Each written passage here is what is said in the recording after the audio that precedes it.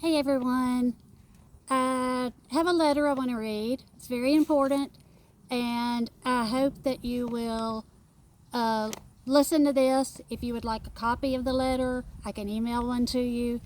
But just listen and please share. This is so important, y'all. If this can happen to these people, we could be next. So we've got to stand up. So here we go. This is an open letter to any media outlets, U.S. senators and representatives, and military veterans.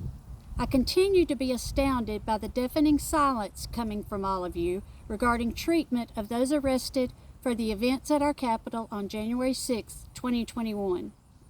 At the very least, they are being bullied and intimidated, harassed beyond anything that could be considered professional, and their lives being destroyed due to loss of jobs and family members. At least 3 of the Jan 6 defendants have committed suicide as a result of the DOJ and FBI's heavy-handed tactics. But what I want to focus on in this letter is the unjust imprisonment and inhumane treatment that many of these people are being subjected to. There are approximately 30 Jan 6 defendants being held in the D.C. jail, otherwise known as the D.C. Gulag. There are, I believe, approximately 20 J6ers being held in the Northern Neck Correctional Facility in Virginia. Conditions at both of these facilities are beyond reprehensible. Besides the deplorable conditions of the physical facilities, the prisoners are being subjected to beatings and being sprayed with OC spray, which, according to the DOJ and charges against some of the J6ers, is a deadly weapon. They are suffering from malnutrition due to lack of food or often inedible food. They are being denied time outside. Many have not been outside for months. They are suffering from scurvy, regular intestinal problems, loss of hair, diminishing eyesight, among other issues. Many are being denied necessary medical care. They have also been denied any visitation, any religious services, as well as proper hygiene, including haircuts and razors. Keep in mind that the majority of these prisoners have not been convicted of anything and have no criminal background. To the media, how do you call yourselves journalists when you pick and choose which stories to cover and which ones to bury? How do you ignore the obvious when American citizens are being treated like POWs in hostile territory? Why won't you talk about the lack of due process in their cases? Not to mention the blaring bias of the judges, jurors, and even their appointed public defenders. If this were happening to members of BLM or Antifa, there would be nonstop news coverage. Their supporters would be burning their cities down. Oh wait, they already did that, and none of them faced any consequences to speak of. Let's not forget the rioting that occurred during Trump's inauguration festivities in 2017. Yes, over 200 people were arrested, but here's a headline from NBC News dated July 6, 2018. Government drops charges against all inauguration protesters. And as if that wasn't enough, D.C. actually paid out $1.6 million to protesters to settle mass arrest lawsuits. Yet you have hundreds of people with absolutely no prior criminal record being indefinitely detained, many of them for nearly 2 years now, because they are conservatives and Trump supporters. Congressional members, I am appalled and honestly disgusted at your lack of attention and action regarding this. There are not enough votes in the world to justify ignoring your own countrymen and women being treated as political prisoners. Republicans, don't forget, these people are for the most part the ones who got you elected.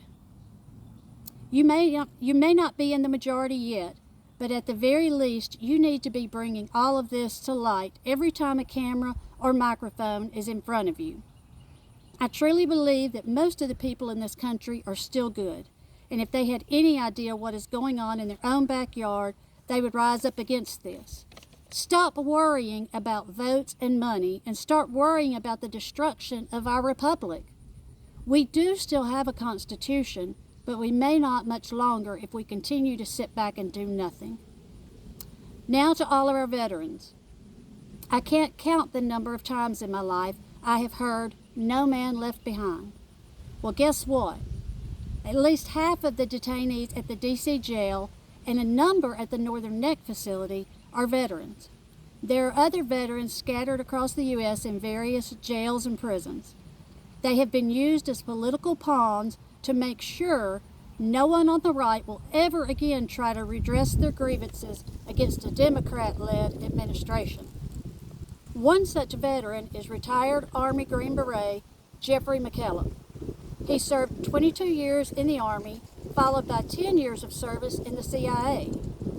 He has been a political prisoner in the DC jail for coming up on 600 days. As of today, he has been in the hole for a week for speaking the truth about conditions at the jail. For speaking the truth about conditions at the jail to some inspectors who were visiting.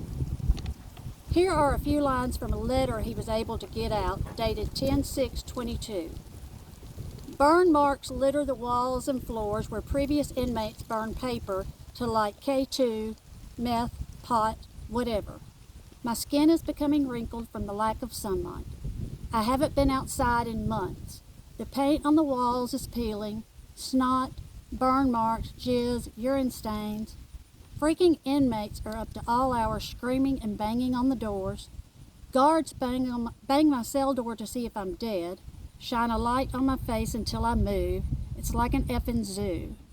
They took half of my clothing. Other guards and inmates stole half of all my food upon arrival. Now, how can any of you continue to stand by the promise of no one left behind when one of your own, one of your elite, is being treated this way on American soil? I say you have a responsibility to him as well as the other veterans to take a stand against this kind of tyranny. You have a responsibility to all of us to do everything you can legally do to get these men freed. To anyone else reading this letter, wake up. Just because you ignore what's going on, that doesn't excuse you. We will all be held accountable for what we do and don't do for the least of these. What will your answer be on that day of reckoning? Sincerely, Susie Burgess.